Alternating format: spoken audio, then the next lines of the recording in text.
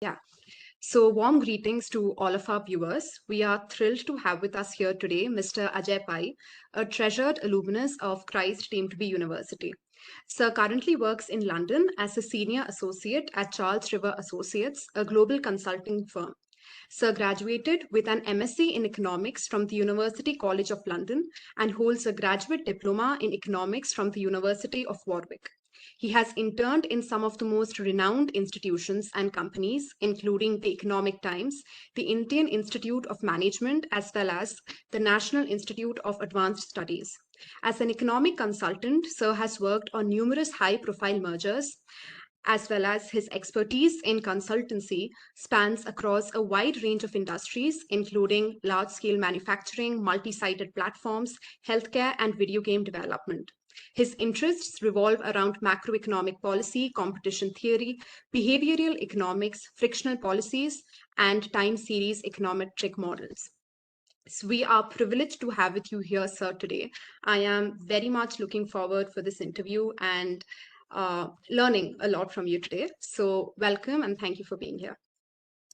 Thank you so much for this. Having heard the introduction, I started to realize that there's a lot more than that needs to be said. I'll be very happy to stick to some of the things that interest me a lot, and I think that's what I would like to share more than anything else, and very happy to do that. Yeah. All right. So I'll jump into my first question. Could you briefly elaborate on what your position as a senior associate in Charles Rivers requires you to do? Sure, yeah. So I work as a senior associate, which essentially means that it's the same structure that you would have in most consulting firms or investment banks. You have certain partners who bring in clients for consulting firms. That's pretty much how it works. Your structure of the company is supposed to be along the lines of a partner who brings in clients to having a set of team members who work along the way to get the project through.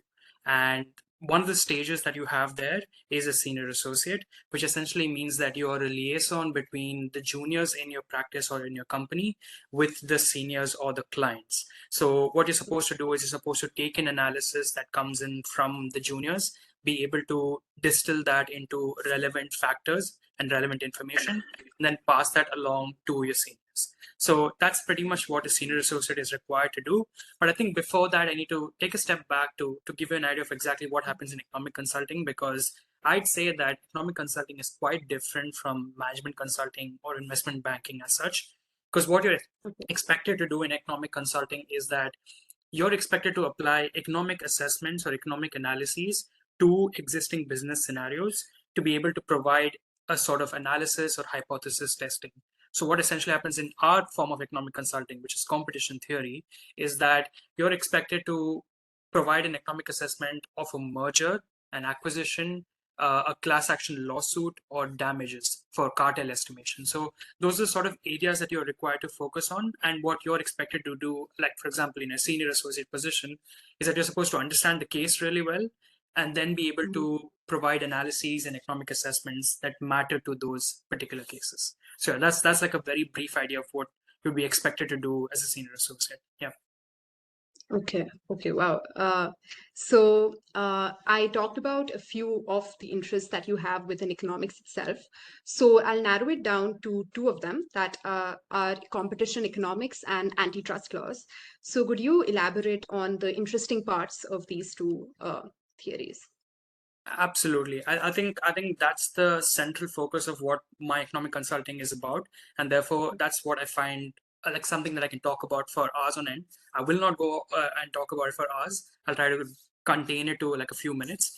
What I would say explains competition economics in the best possible manner is that it's the most closely related topics that we have to what we learn in university with regards to microeconomics. It's about how firms come together and decisions taken by firms, individuals, or governments, specifically with business in mind. So that's pretty much what happens in competition economics.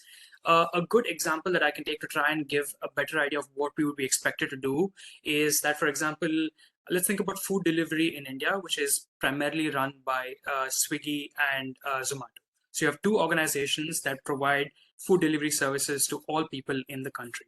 Now, what would happen and what would require for competition economics to assess a scenario or a market such as this were that, for example, if Swiggy were to decide that they're going to merge with Zomato, what would essentially happen there is that you would have a single company that delivers food delivery services to everyone in the country. And that makes you question what might be the potential issues or market failures that might occur from this happening. Mhm. And competition economics is pretty much all to do with market failures. What can potentially go wrong if such things were to happen? So, what could potentially happen in this, for example, scenario that we have is that they could raise prices for everyone in the country. Because now, let's say you're spending about 40 rupees for every single order that you're placing. Now, all of a sudden, they can say that we're the only we're the only company in the market. You only have to come to us to get stuff done. So we are going to charge you 100 rupees, 250 rupees, 300 rupees. We're going to charge you higher because you have nowhere else to go. If you want to get food at any other point, you actually need to go to the restaurant and pick it up from there if needed. So that becomes a market failure because prices are being risen for completely unrealistic reasons. It's not with regards to inflation. It's not with regards to any other costs increasing. It's just them increasing prices simply because they become a monopoly. The other side of it is also that they will affect restaurants. So now restaurants can only approach you through these services or through Swiggy and Zomato alone. What that means is that now they can charge them higher commissions, and restaurants will be forced to raise their prices, which again affect you because the prices are increasing more. This is, in a sense, what would be tested in competition economics. This happens in markets all around the world, in every single country. You have industries where there are a few number of participants, a few number of companies that are competing with one another, and the market share is split across them.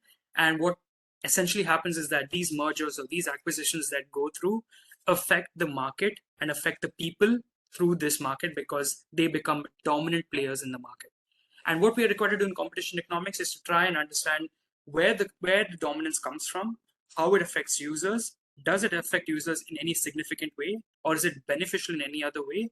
And then how do we proceed with trying to correct these markets? That's what happens in competition economics. And antitrust laws are established to uphold competition.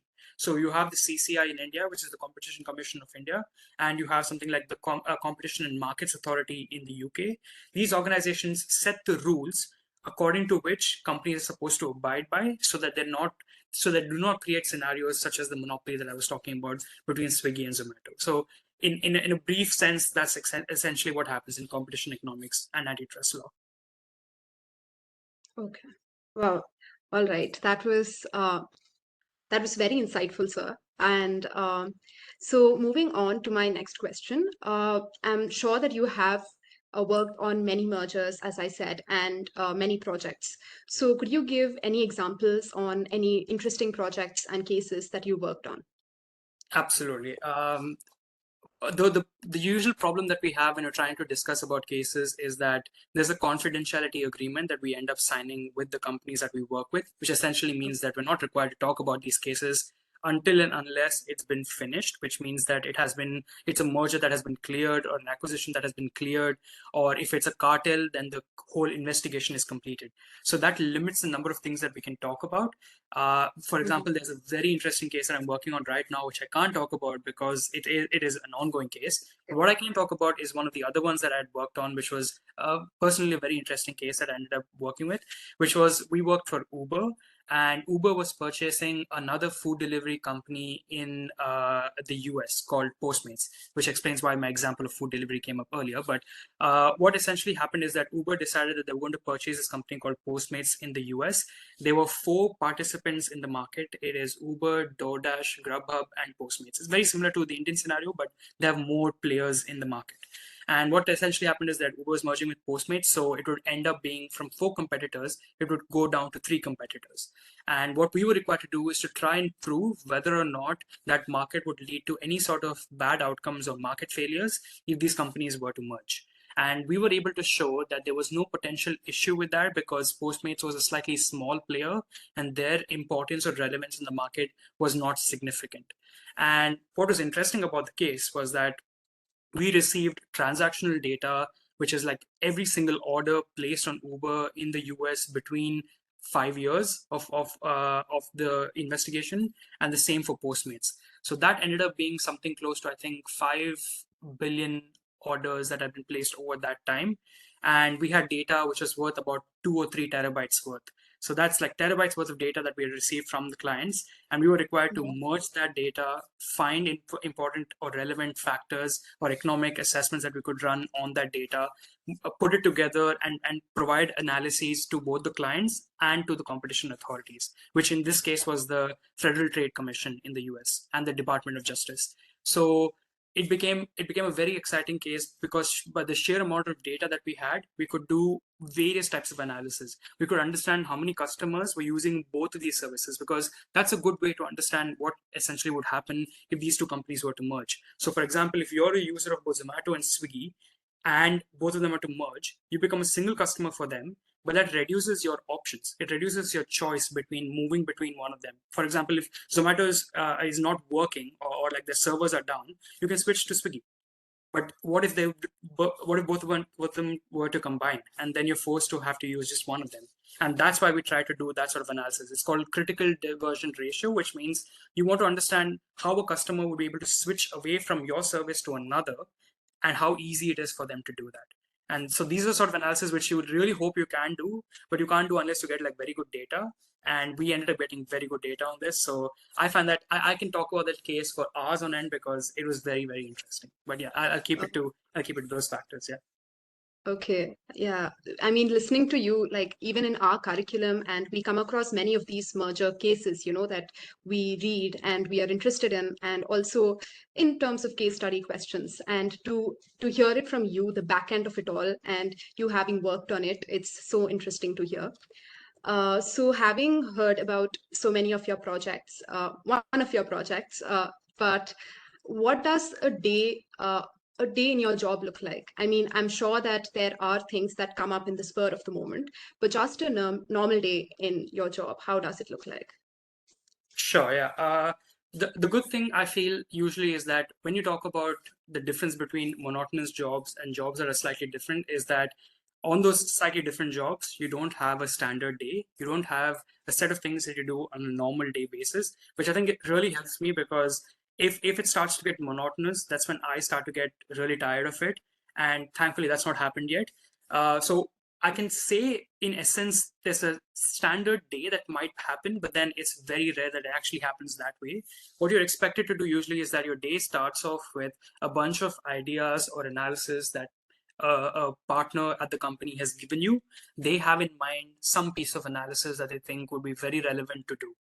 And your day starts off by actually, first of all, collecting the data that was required for it. It might be from the clients that you're getting the data. It might be market research data, third-party data, which is like something that you have to collect by yourself. So all of this comes together, and then you start your analysis. The analysis can depend on what sort of software you're using or what sort of statistical package you're using. So for example, we in our consulting firm use something called Stata, which is purely used for economic analysis. We also use Python when the data starts to get a lot bigger. And we also use R when it's much easier to do charts and tables and analysis that we need to put together. So you're expected to usually code for a couple of hours, putting together the analysis that is required. But in between all of that, what you can have is, for example, client calls. You're expected to attend calls where you're working with, for example, the senior financial officer of the company, or for example, and you're asking them for information on some data that they gave you. But you're supposed to be able to give them a full idea of what you want, and to also explain to them what their data has, because you need to be aware of both sides of it. You need to know what you need, but you also need to know what they have.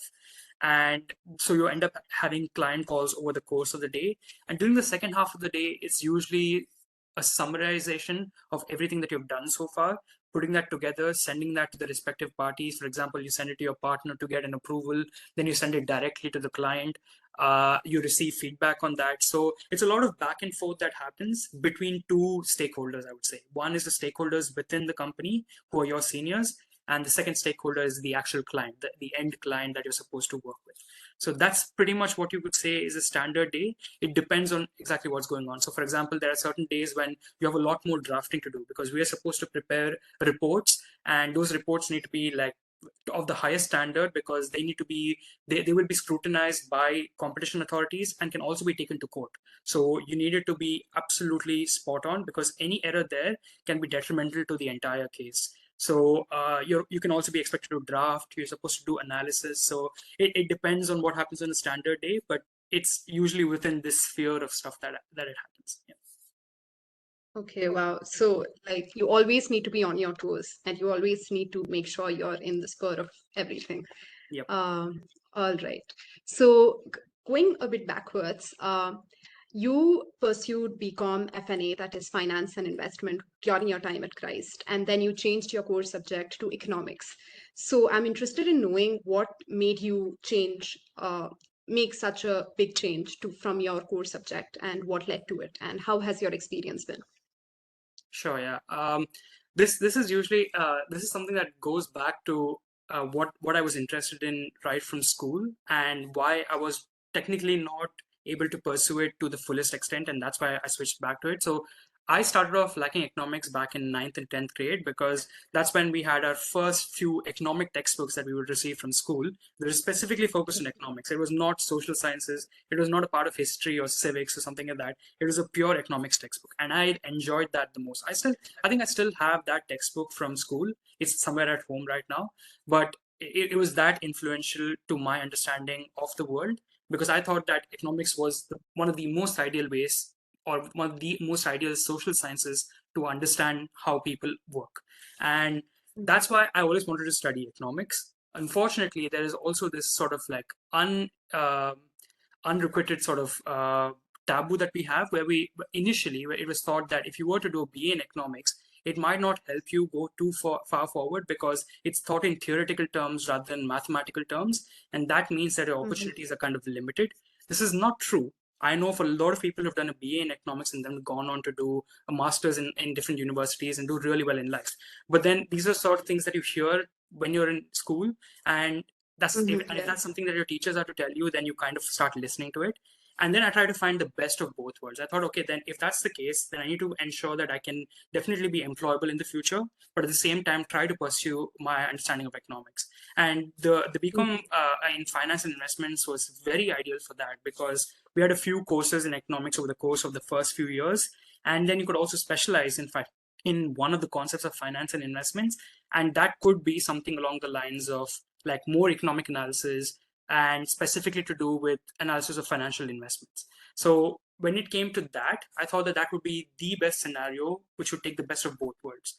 At that point, actually, we didn't know that there was actually a course at Christ called the Economics, Statistics, and Mathematics course. I don't know if that's still available, but that there was a BSc in economics that had started at that point in time. Now that I think about it in hindsight, that would have been a great course to take. But then at that point in time, it was the first year that they were picking up students, and that's why I wasn't too sure about it. But that's a great course. Now to come back to why I shifted to economics, I mean this explains exactly why, because I was so interested in economics that I decided that irrespective of what were to happen after the BCom, I would definitely want to pursue a master's in economics. And what I did towards that was I took up a research assistant position at the Indian Institute of Management, Bangalore, try to make sure that I would build up a profile that was sufficiently strong enough to show that I was interested in economics, and that I also had the mathematical background, which we do end up learning during the BCom, because we have a lot of statistical analysis that are expected to do. We need to know how to run correlations and regressions, and the I think it's a dissertation in the third year that you have, which is very, very interesting in my opinion, because that allows you to actually test your limits. Like you can actually flex a bit and try to understand how you can apply various types of analyses. So I used all of this to try and make an application, and that's why I made the switch towards economics, because it's been my first love for a while, and I was not going to let it go. And I thought that the best way to go forward with that was to do a master's in economics, and that's how I got into the master's. Yeah. Okay, yeah. I mean, I found it very inspiring because even many of my teachers, as well as just relatives in general, they kind of keep this taboo for certain subjects, and they say that there's no proper future available if you pursue such subjects. And for you to be able to keep in touch with the subject that you like so much, and of course build a career on it, that's very inspiring. And please, could you talk more about your experience in University College of London as well as Warwick University? Sure, yeah. That's actually quite useful, I think, to try to bridge gaps between the sort of like systems of education that we have in India and what we have in the UK. I wouldn't say that there's any significant difference that is going to limit any one side of education. I just think there are different approaches that are adopted, and depending on what interests you, these approaches might be more beneficial. So, for example, at UCL and Warwick, what I've seen is that more often than not, it's your like you have specific terms. You have like first term, second, and third term. There are only three terms that usually happen, and during those three terms, you only have 10 weeks each in each term. And what's Okay. really expected of you is that you need to be able to attend the classes, you need to focus on the assignments, and then you actually need to do any additional reading that you want. If you have any additional questions, you need to approach the professors. It's not the other way around, where in actually what I had seen at Christ was that all of our professors gave us all the information that was actually needed. They covered the Mhm. entire syllabus, covered every single thing that you could potentially want to know, and then you're tested on all of these. So it kind of feels like an inclusive approach where you have all the information that you need and you're supposed to focus on all of it, like understand as much of it as you can, and then you answer the questions on it.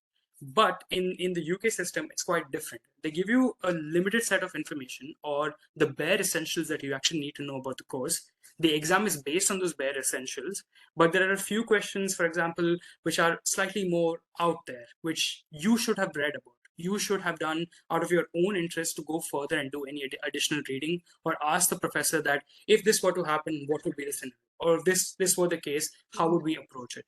So I think there's a what happens is that there's a bit more of accountability in the UK system of education, where what is expected is that you need to put in the effort, you need to go forward and do everything by yourself, and that individuality or that independence becomes your make or break sort of scenario. Like if you don't do that, if you don't go out there and actually do the additional work, the additional research, that Mhm. can be a bit compelling, like can pull you back.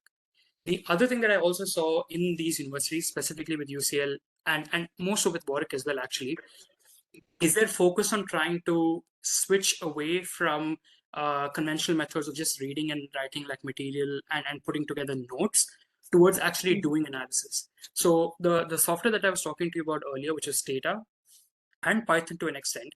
I actually learned Mhm. that at university, because what they did is that they said that you need to be able to do whatever we're teaching you at university, you should be able to apply this in practice as well. So for all of our econometrics courses, something that I absolutely love, and specifically with time series econometrics, as I think you already mentioned, we were able to do analysis with Stata and with Python in classrooms. So we were sitting with the professors. They would give us a piece of assignment and they would say, here's a data set for you. Here's a sort of like set of hypotheses that we would like to test. Can you run this on Stata, and can you give the output, and we can try to understand the output together. And I find that very, very, very useful, because from that point onwards, you're not just thinking of it in terms of theoretical aspects, like what's the law of demand, what's the law of supply, or how does competition theory work, specifically with example to monopolies. You're actually looking at data, and you're trying to understand from the data or decipher information from it, which makes it so much more relevant, because that's what you're going to do in real life. You're not going to use theories. You're not going to go around talking to clients and saying, the law of demand says this. The law of demand is supposed to be a sort of like foundational law, but it actually does not work in practice. You need to be able to prove that it works. So Mhm. I think that's what ends up happening in universities such as UCL and Warwick, specifically in the economics course, I would say, which is that there's a lot more practical oriented learning, which I think is useful, and at the same time, the theoretical aspect, the way that we approach it, like for example in Christ, is also equally relevant and very very important if you want to get all the information that is needed in that particular subject area. All right. Yeah, this has, of course, been a topic of debate for a long time, whether the Indian education system, uh, you know, is practical or not, whether it solely focuses on theory, and you've properly explained that. So, given the difference between the studies in UK and studies in India, do you think there is any major difference in the job prospects that are available to Indian students and UK students, for instance? What I've seen, and it's a really good thing, I feel, is that there does not seem to be any massive benefit that you end up getting simply by coming out of a UK university.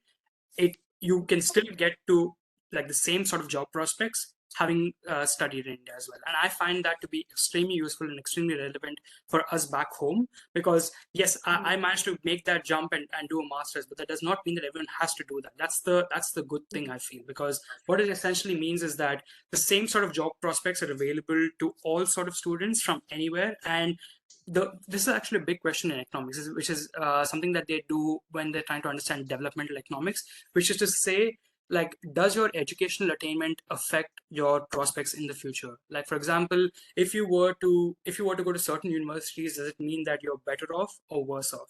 And when you think about it in a much more philosophical way, it seems unfair that because you had to go to one particular university, your options should be limited purely because that's the choice that was available to you.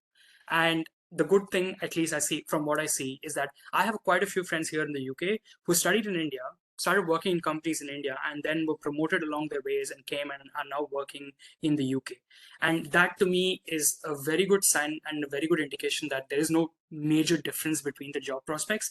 Yes, of course, it makes it slightly easier for you to get a job here if you've studied here, and slightly harder if you're coming from India because they have like immigration rules, and that's what kind of contains your movement between countries. But at the end of the day, there is no, it doesn't suddenly mean that you're leagues ahead of other people simply because you studied here. You can still fail in universities here. You can still have like very bad outcomes. So the good sign is that, yeah, it doesn't make any difference where you study as long as you're actually really interested in your topics and you can go far and ahead on it, and you're very, very ambitious about how you want to apply yourself in that particular industry. Then there's no limit. You could be anywhere in a few years time. So yeah. Yeah. Oh, that's great to hear because as long as you love the subject that you're studying and you're very passionate about it, I think there are no barriers as such. Exactly. So, coming back to your time at Christ, you have been part of many clubs and associations, from Christ University Commerce Association to Quiz Association and Debating Society. So, how important were extracurriculars during your time in college? Um, I think this would be slightly controversial to mention, but then back in the day, we actually, what would end up happening is that if you're going to a lot of these cultural extracurricular activities and cultural fests and so on, you actually got attendance back, and I'm guessing that still is in operation. So what essentially happened is that I ended up not having way too much attendance during the second and third years of university, which kind of feels bad because I didn't end up spending that time with my classmates and at class. Uh, but I still think that it's important to have these extracurricular activities, and they can be pivotal for your future in kind of giving you a slightly more holistic approach to life. Because what I've seen is that, and I'll mention that this is not just to do with festing, not just to do with business competitions or debating societies or quizzing. It can be to do with dance, music, sport, any other thing that you're working on right now. I think it's very relevant that you're able to do one other thing other than just being a student at university, because what that means is that going forward, you have another side to you. You have a different group of friends that, for example, you play with, or a band that you work with. And at the same time, you have your friends from university that who would be more likely to be in your same professional circle, but you also have a different circle of friends that you can be with at different points in time. And I think it also helps when you have these sort of holistic profiles in terms of like different activities that you've done when you're trying to provide like a better view of yourself to some other person. For example, if it's a university that you're applying to, a job that you're applying to, it always helps when you have these additional things about you which you can talk about, because there are important lessons that you can pick up along the way that you might have learned purely out of these scenarios. So I actually came up to like I remember that there was one particular fest where I had to work on, uh, where we had to, what was done to us is that we were told to prepare a presentation on something, and when we actually went into the room to the judges, they had completely changed the presentation, and it was a completely different presentation. And it's a standard thing that we do in a lot of these fests. But then back then, I was in my first year, and it was the first time that it happened to me. And I thought about it for a minute, and I thought there's two ways to approach it. One is you completely deny and you say that this is not your presentation, or on the other side, you go on and say, yes, this is my presentation, and I'm going to try and flip it around to try and make sense of it as and when it comes along. And back then I was a bit naive. I should have probably said this is not my presentation, but I went ahead with saying that this was my presentation, and I gave all of the explanations that I could with relation to that particular presentation that was given. And the judges ended up liking it, and I ended up winning that event.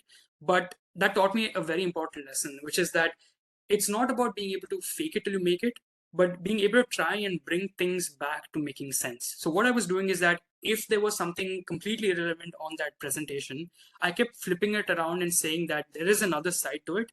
This is what's possibly wrong about it, but I can tell you what's right about how you can approach this. So this sort of being able to work between both sides, which is also what you do in debating, which is another place that I learned a lot of, which I feel it helps you better understand your motivations and not to be hypocritical in life about how you can actually switch between two different sides of a debate, being able to understand both sides. I think these sort of things are very, very important as you go forward in life, because you can be very entrenched in your ideas. You can say that I think certain ways about certain things and that will never change. But that's not true. You might actually change depending on Yeah. views might change depending on new information that you get, something else that you learn about someone else in your life, and all of a sudden that will change how you approach things. So I think these are the sort of things that you learn through extracurricular activities that really help your profile going forward, and it helps you become a more holistic person. You have more to life than just being a student or just being an employee somewhere. You do something else as well, and I think that helps. Yeah, I completely resonate your thoughts because being somebody who likes festing and having organized a few fests, the amount of knowledge that I've gained, just through the basic discussions that we have about the ideas, that itself like introduces you to so many topics and so many places that you've never thought of and various perspectives to a particular subject. And of course, the people you meet, like-minded people, they kind of become your lifelong friends. Exactly. So now, coming to a bit more of festing, and this is something that I personally want your opinion on. It's that many faculty members, as well as many of our seniors, have told us that festing is a very good simulation of the corporate world. So, do you agree with this statement, or would you like to like give your opinions on it? No, absolutely. I think that's very spot on. The people who would have at back in when I was a student, the only people who actually questioned that were my parents, who would say, "What exactly are you learning from these fests?" And they were very skeptical about it, and I had to really push and explain to them. And I think having now worked in consulting, I can say for sure with certainty that there's a lot that you can learn from festing, specifically when you have the option to research and learn about these topics before coming to them. The example that I gave you earlier, where they completely switched the presentation and you had to present it Yeah. as if it was your own. Maybe that happens a little lesser when you go forward in life in terms of business scenarios, but the sort of places where you're expected to prepare a presentation beforehand and you actually get to make that presentation, those are the things that you're more likely to do going forward, especially to do with consulting or investment banking.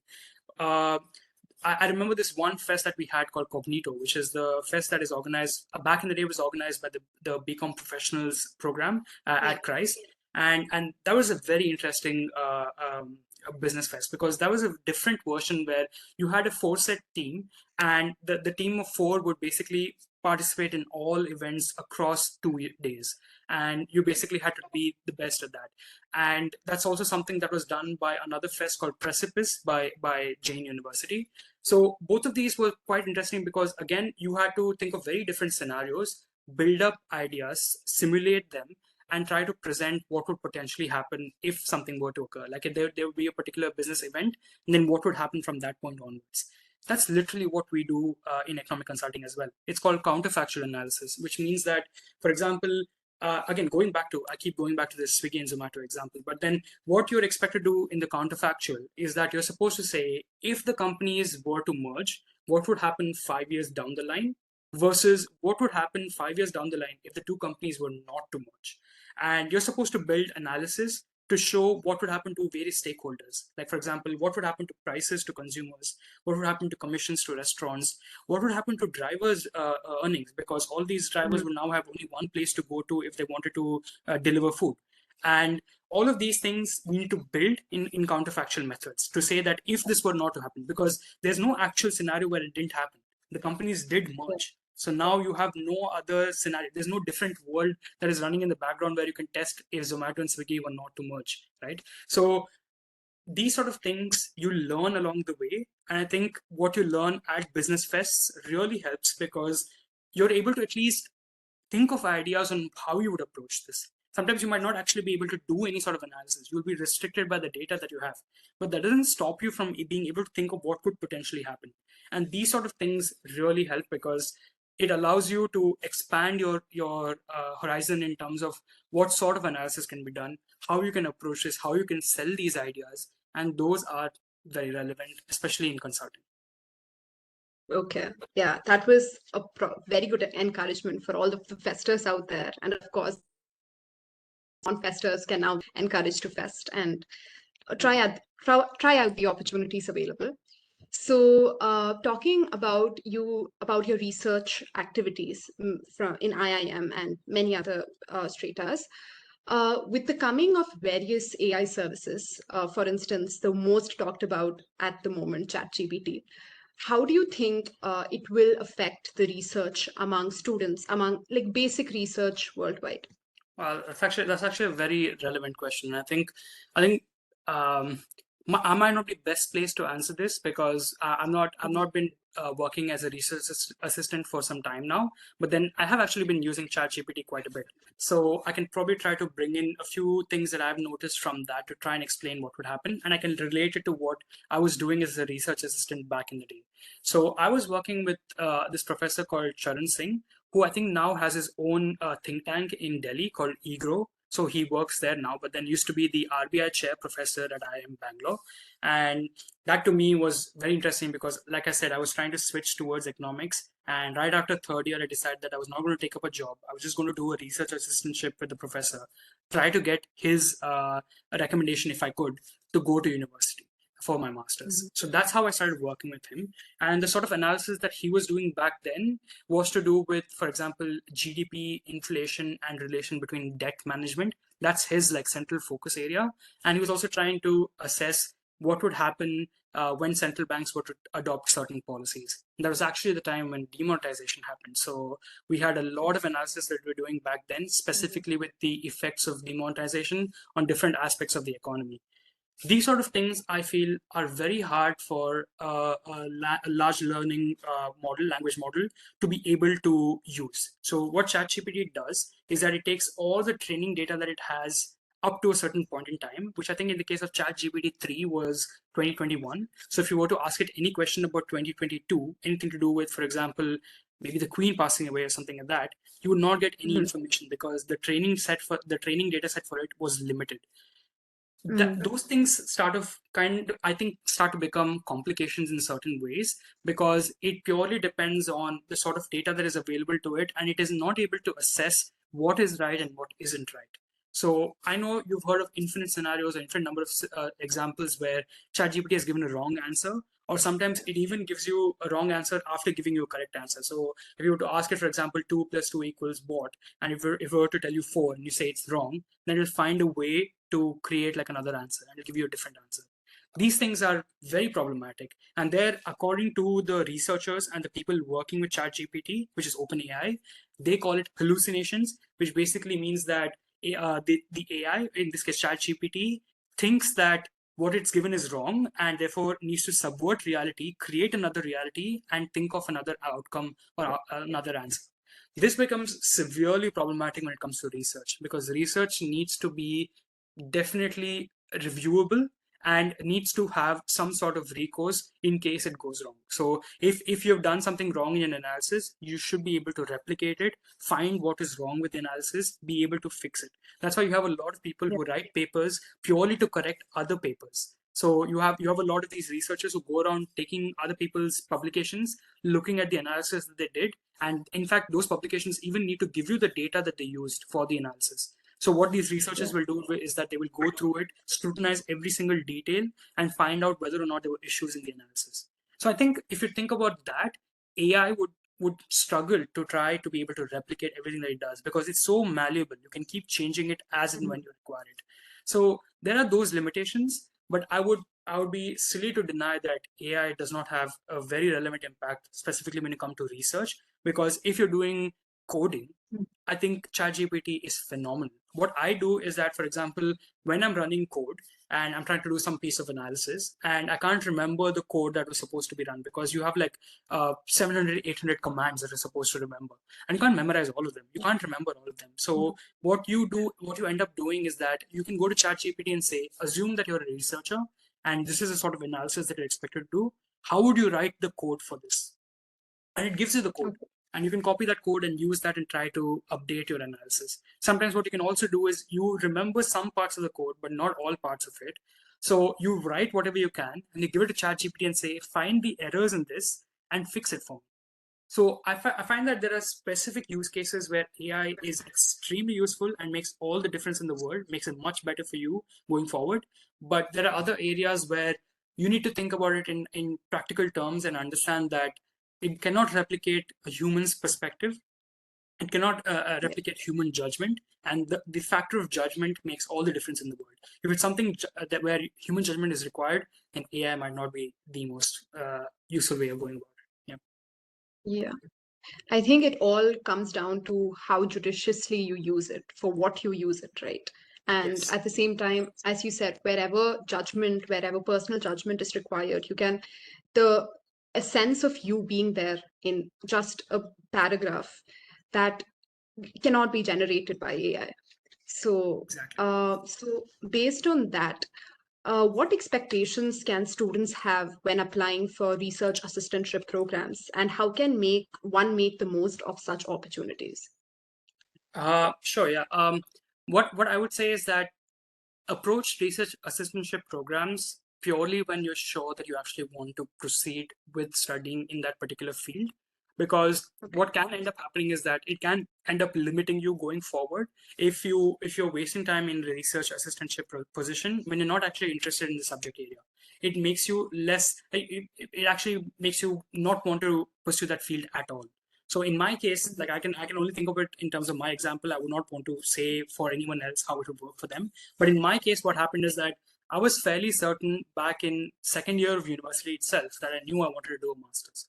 I knew that I wanted to work in economics. And that really helped because at that point in time, I started researching on various positions that were available with Mhm. professors. And I approached them at the end of third year and said that I would like to work with them for a certain period of time, during which I made my applications. So I think it's very relevant and useful only when you know that you actually want to work in that particular field. But at any other point in time, it can be a little detrimental to your career because it shouldn't it's meant for people who actually want to pursue that field or that subject area. That's why you work with those sort of professors. That's why you do this sort of analysis. And more often than not, research assistants during that time are actually applying to universities. So that's one side of it. But I think that in terms of job prospects, again, it again only matters when you want to go back to academia. So if you want to be a professor again, or if you want to work as a researcher, or you want to work in a think tank, for example, in all of these scenarios, doing research assistantships really help because they help provide that you know how to do research, that you work with people who have done research, and that knowledge of how to do research is it cannot be fortunate. It's not something that you can learn along the way, and it's not something that you can learn in industry. It needs to be learned with professors. It needs to be learned in academia. So that's why I say that it matters what you want to do going forward. And from that point onwards, you do a research assistantship only when you need to be in that particular field of that subject area. And from that point onwards, you apply and you work with professors and you use that opportunity to push you forward. So, All right. Okay. Uh, so coming to careers, right? Was there a career path that you wanted to pursue during your younger days? For instance, giving my example, till class 8, I wanted to become a doctor, and here I am pursuing BCom honors. So, was there such a profession that you wanted to pursue, but later it changed? And why did it change? The reasons for that? sure, yeah. Thankfully, I think back from like around ninth, 10th grade, when I first had an idea of what my career choice wanted to be, I have not traveled too far away from that. I'm still a little further away from what I essentially want to do, but then it's not too far away. What I expected to do, what I wanted to do is work as a research economist at the central bank, which in our case was the Reserve Bank of India. And that's been my dream job for a while now. And that's something that I would wish to pursue going forward. Uh, for that, I need to ensure that I was in economics. That's what I've ensured. I also need to ensure that once I'm done with my master's, I need to be working in economic consulting or anything to do with economics, because if you don't do that, if you sway away from your subject, then it becomes really hard to come back to central banking, because they're going to say, you've not done anything related to economics for the past few years. Why would we expect you to be able to do this again? So those are the things that are relevant and like kind of need to be kept in mind when you want to work in certain fields, specifically, for example, like in central banking. And what I also try to do is that all the research that I've done over the past few years, my dissertation in my master's, all of these have been focused on central banking.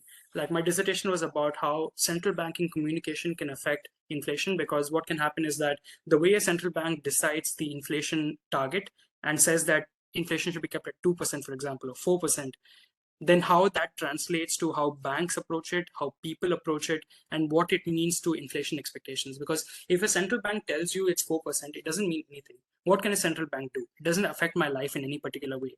But there is a second order effect. Like a central bank can affect what a bank does, and the sort of rate that a bank charges you as a deposit on your deposit interest rate for any sort of fixed deposit or saving deposit that you have. And that affects your decisions, because you end up keeping more money in banks and using less money to buy stuff.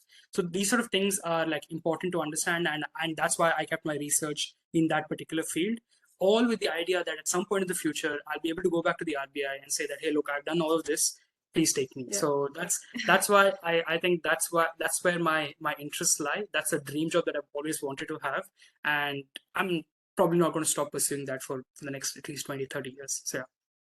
Wow, that's really good to hear that you're sticking with your interest and your what you've always been interested in. So again, looking back, and was there anything or anything in particular that you wish you had done differently in your career path, or something that you wish you had done and weren't able to do? A good question, actually, because this I feel comes down to whether you have regrets or not. And Mhm, the usual way a lot of people, I think, approach this, from what I've heard from most of my friends, is that, and most of friends and colleagues, is that they try not to think of it as regrets, because the minute you have regrets, you start to create scenarios, and you try to put the blame on someone or something, and try to say that this is the reason why I was not able to achieve what I wanted to achieve, and so on. And I fall in the school of thought where you need to be responsible for yourself. So if there was mhm, something that did not happen in my life, then I alone am responsible for it, and I can't be blaming anyone else for it. So mhm, in that context, I would say I try to minimize the number of things that I consider as regrets, because the more you think about it, the more it can bog you down, and make you think mhm. about your life choices from that point onwards. Having said that, I actually did mention this earlier, and I think that's how I can think of it, as not a regret per se, or something that I could have done differently to give me a different outcome, potentially, I guess. And that's to do with like what I wanted to pursue in my bachelor's. So if I probably were to take that Yeah. other course that I was talking about, the Mhm, BSc in, I think, economics, math, and stats, which is quite interesting actually. Maybe I would have come out in like a different scenario, or would have come up in a very different way. But mhm, that again makes me question. I would not have been able to go to business fests as often. I would probably not have been able to do the sort of things that I was able to do at Christ. For example, work with the quizzing association or the debating society, because the course might have been very hard and would have forced me to focus more on the course than on anything else. I probably would not have been able to do a research assistantship at that point, because I would have been able to apply for a master's right after and go after that. But then I kind of felt that research program was very useful for me. I thought that debating and quizzing and business fests were mhm. all the best things that happened to me during university.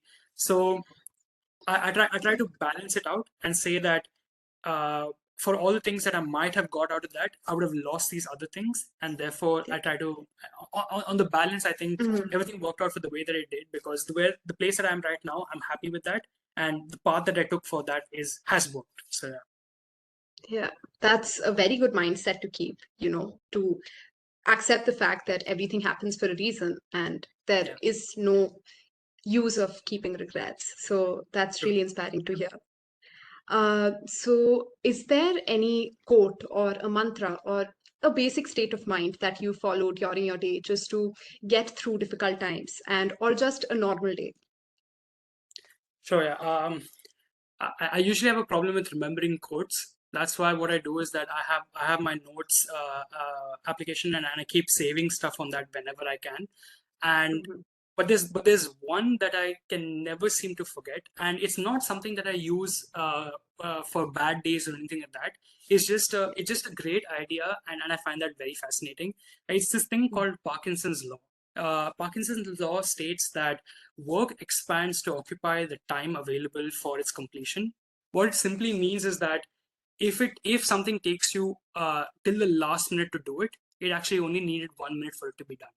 Because the only reason why it took 1 minute to do it was because you went up to the very last minute just before it was being done, right?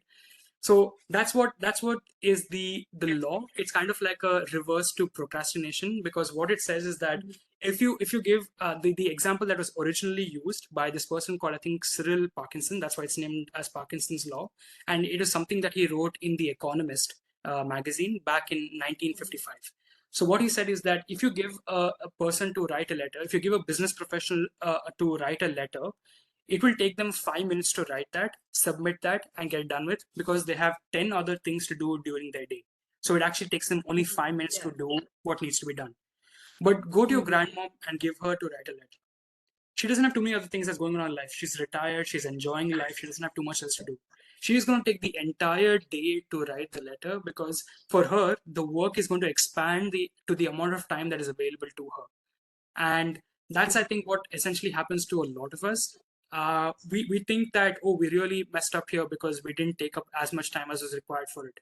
But sometimes what could be happening is that you're subconsciously understanding that this only takes certain amount of time to do, and therefore it gets done in that period of time.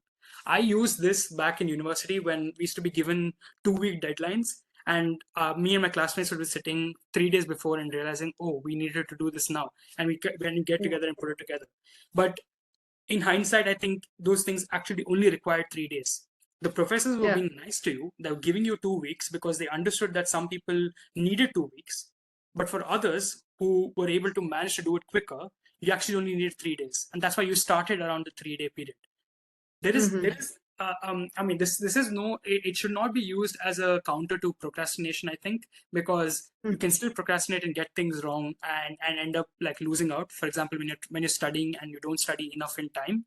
So, but you need to balance that out with the other side of it, which is to say that you don't need to keep putting yourself down when you take only a certain amount of time to get things done, and you think in your mind that, oh, we should have taken much longer. That might not be the case. It might actually be that you can get things done in that period of time, simply because you have those many other things going on in your life, and that's the amount of time you can allocate to it. So don't hold it against yourself if you take only a few hours to get something done. Yeah. I mean, it just got me thinking, just the way you explained it. And I was just getting back to many of the assignments. One assignment that I took a lot of time to do, and one that I did in a very short time, but kind of the impact that both the assignments had was similar. It's almost the same. Exactly. So, Exactly. yeah. So, yeah, that's a very good perspective to things. So, lastly, I come to my final question of the interview. Is there any piece of advice or any advice that you would like to give to the students of Christ? Oh, okay. That's a heavy question, I think. I try my best not to give advice, because I still think that I'm nowhere far enough in life that I can be in a position to give advice. And more Okay. importantly, this is the economist thinking again, which is to say that everyone's outcomes are set by their own paths, which means that you can be giving any sort of generic advice that people will think needs to apply to them, but might not actually apply Mhm. to them. And that can be problematic, because what might be doing from that point onwards is setting them on a wrong path by simply giving like unnecessary information. So with that in mind, I'll try to be very conscious and give something slightly more generic, so that it does not affect other people's decisions about what they want to do in life. And all that I will say is that, especially when it comes to university, and especially when it comes to students at Christ, what you need to appreciate is the level of discipline that you're being taught at university. When you're in Mhm. university, seems like an absolute pain. it seems like there's so many rules and regulations that are required to follow, and you begin to question these, and you begin to question whether or not you actually want to follow them, and you start becoming rebellious in life. But going Mhm. forward, sometimes these rules and regulations actually become a good metric to live by. These can define you as a person going forward in terms of the sort of things you do in your professional career, in your personal life, and the sort of like standard things that you're taught along the way at university can come back to help you going forward. You're not going to understand these when you're at university because you have a very different view. You have a microscopic view for that because you're in the system at that point in time and you can't see from outside. It's when you come out of university and when you're like 5 years down the line somewhere else and looking back at your time at Christ, that's when you realize what actually it meant. And I think that's important to keep in mind. So it's important to question things as they are, for sure. And if things are not working fine, that's absolutely Yeah. right to question those. But then there are certain things that have been tried and tested, and that's why it's worked in the favor for a bunch of students before, and it's more likely to work for a bunch of students after us. And so yeah, just enjoy the ride while you're at it, and like in my case, I think it's been 10 years now since I first started university. When you look back at it, you'll have a genuine laugh and you'll enjoy everything that happened back in the day. So yeah, that's what I would say. Yeah, we'll definitely keep that in mind, sir, especially with us always complaining about the many rules of the college. But yeah, I do think that in the later stage, it will help us uh, develop a disciplined mind. So that with that, I come to the end of the interview, sir. It was such an incredible and insightful experience. I got so many perspectives to certain things. And thank you so much for being here. And we hope to see you soon in campus. So thank you once again, and thank you so much. Thank you so much for this. This is very, very enjoyable, and I was very happy to share all the things that I was able to. And yeah, thanks for giving me the opportunity to do that. Thank you so much, sir. Thank you.